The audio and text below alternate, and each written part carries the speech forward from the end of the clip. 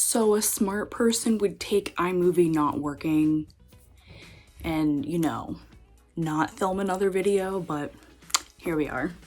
Today I'm going to be showing you guys all the books on my physical TBR that I want to read in 2025. This is not going to be a super long video because I don't like when people talk about books for 30 minutes. Like, I'd rather be reading my book. Sorry. So here's going to be a less than 10 minute what I'm going to read in 2025. We have to start out with Abby Jimenez here. We've got the Happily Ever After playlist, and we've got the Friend Zone, and yeah, these are, I think, this and The Worst Wingman Ever are the only books of hers I haven't read, so we clearly have to finish up the discography here. I haven't read a book of hers that I didn't like. I didn't love Part of Your World, but I've loved all the other ones, so. Love you! We got Good Girl Complex. It's in that Girl Abroad series, I think. Maybe it's completely different, but it's another Elle Kennedy. I'll probably just think it's okay, but here we are. We have The Midnight Library by Matt Haig. This is a very, very, very popular book. I'm not huge into fantasy, and it has some fantasy elements to it, so we'll see here, but I'm gonna give it a chance. And I've had this for literally a year now, First Lie Wins. We'll get to it, guys. We will, I promise. One of Us is Dead by Geneva Rose. I'm doing this thing where I listen to books that I had trouble reading, and I read books I had trouble listening to. So I listened to this one, got about halfway through, and DNF'd, and it's Geneva Rose. Like, that just doesn't sound like me to DNF a Geneva Rose, so we're literally going to give it another chance here, you know? I found Little House on the Prairie at a antique store, and I have not read Little House on the Prairie since 4th grade, so we'll be reading her.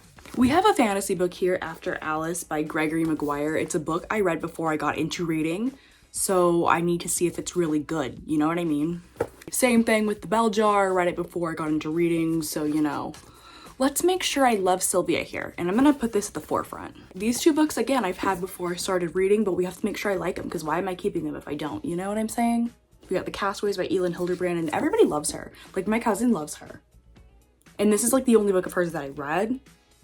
I remember crying at the end, but did I really understand what I read? And this one's about like pregnancy.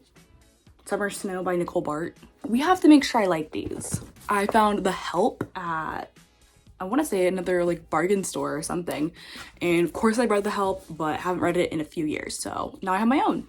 Same with Black Cake. I listened to the entire thing, but it was so confusing because there's like 2 people with the same name and I did not know what was happening. So we are going to read this because Aaliyah loves the show. So I'm going to give it another chance for her.